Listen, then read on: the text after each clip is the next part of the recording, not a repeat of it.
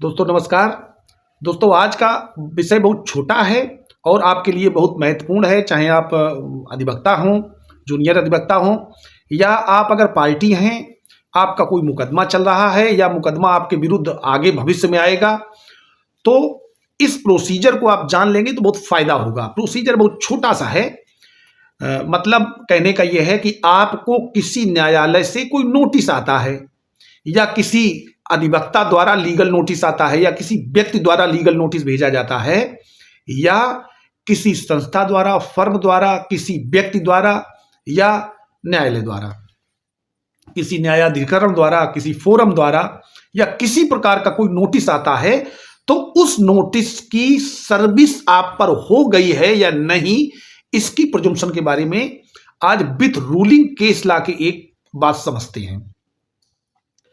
दोस्तों सीपीसी, मैं सीपीसी क्यों कहता हूं यह भी आप लोग समझ लीजिए, क्योंकि इस वीडियो को अधिवक्ता के साथ साथ बहुत ऐसे लोग हैं जो अधिवक्ता नहीं हैं, वो क्लाइंट हैं या सामान्य जन हैं, वो भी देखते हैं। दोस्तों सीपीसी का मतलब है civil procedure code. Civil procedure code का अर्थ हुआ सामान्य प्रक्रिया संहिता।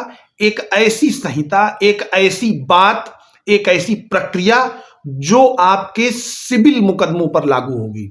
सिविल मुकदमों पर लागू होने का मतलब है कि आपने जो भी ऐसी प्रक्रिया की है जो दांडिक नहीं है। आप समझिएगा, दांडिक का मतलब है कि जिसमें पुलिस इन्वॉल्व नहीं है, जिस मुकदमे में पुलिस इन्वॉल्व नहीं है, वो सारी प्रक्रियाएं सिविल में आती हैं।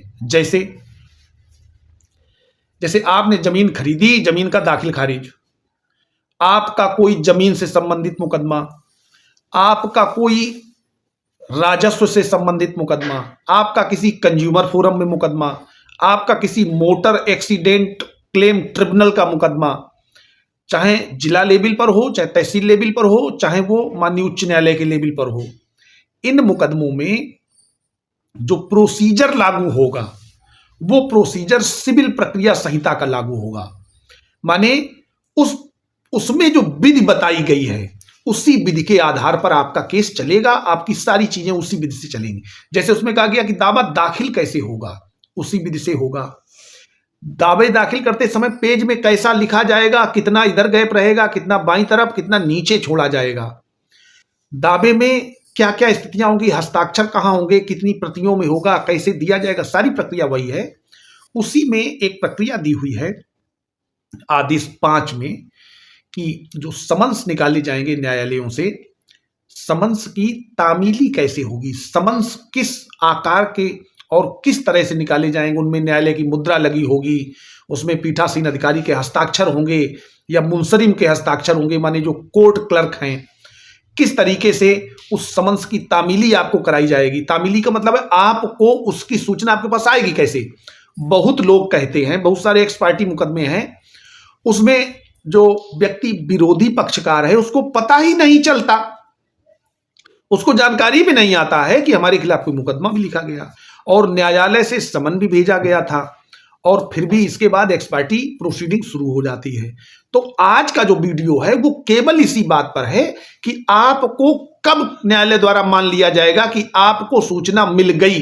आपको चाहे वो समन हो, चाहे न्यायालय के प्रोसेसेस हो, नोटिसेस हो, या कोई अन्य लीगल नोटिस हो, चाहे वो चेक डिसऑनर की हो, चाहे वो धारा 80 सीपीसी की हो या 106 की नोटिस हो, माने आपको कोई सूचना कैसे मानी जाएगी कि प्राप्त हो गई है। अब एक उदाहरण बताते हैं। जैसे आपके घर में कोई सूचना देने आया, आपने देखा कि फला फला कोर्ट की चिट्ठी है या फला फला वकील साहब की चिट्ठी है, आपने उसका लिफाफा लिया, पढ़ा और इसके बाद उसे वापस दे दिया कि नहीं ये मैं नहीं लूंगा, इसको वापस कर दीजिए। तो ऐसे में सीपीसी में प्रोविजन किया गया है कि रिफ्यूजल, आपने रिफ्यूज कर दिया, माने लेने से इनकार कर दिया, तो आप पर तामीली हो गई, माने जानकारी हो गई आपको। आप नहीं थे, आपके घर का कोई परिजन है, पत्नी है, बच्चे हैं, माता पिता हैं, भाई हैं आपके, उन्होंने रिसीव कर ली, आपको दे दी। आप कह रहे हैं कि साहब हमें तो मिली नहीं, तो तामीली आप पर मान ली जाएगी।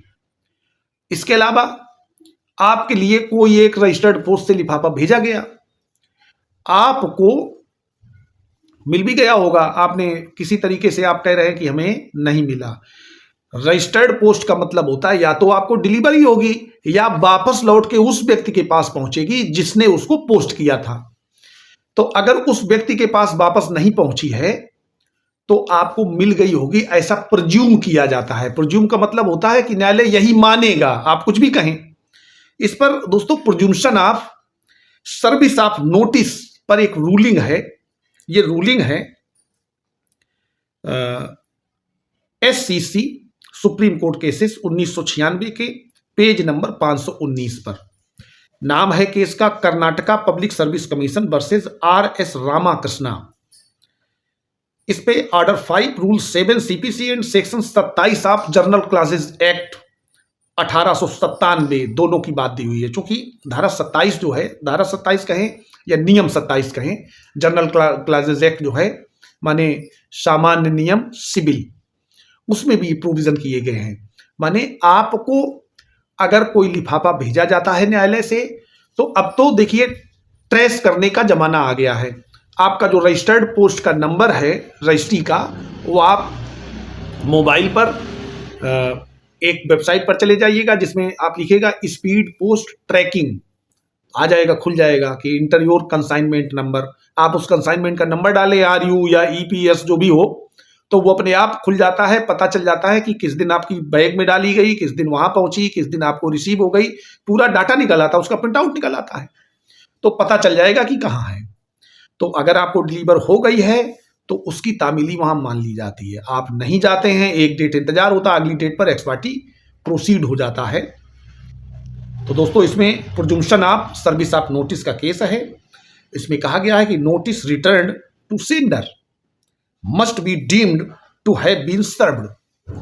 इसका मतलब है कि अगर नोटिस सेंडर को वापस हो गई है, माने जैसे मैंने भेजी, आपके पास आनी थी और वो लौट के मेरे पास आ गई, तो ये कहा गया है कि must be deemed to have been served. इसका मतलब है वो आपको प्राप्त हो गई। तो दोस्तों ये रूलिंग है, माने आप नहीं लेते हैं तो उसका कोई बेनिफिट आपको नहीं मिलेगा, वो ये माना जाएगा कि आपको मिल गई। हाँ, तब नहीं माना जाएगा मिली अगर उसमें आता है कि घर में ताला बंद था, पता चला कहीं और गए हुए हैं, या उनकी मृत्यु हो गई है, या किसी अन्य कारण से बाहर रहने लगे हैं, कुछ ऐसी चीजें आ जाती हैं, तब बात अलग है। लेकिन अगर आप कुछ उल्टा सीधा करने का प्रयास करेंगे तो वहां एक्स पार्टी प्रोसीड हो जाएगा, आप कुछ नहीं कर पाएंगे। दोस्तों मुझे लगता है ये बहुत अच्छी बात है कि आपको नोटिस लौट के वापस मिल गई, इस बात पर सर्विस मान ली जाएगी। इसकी रूलिंग भी मैंने आपको बताई।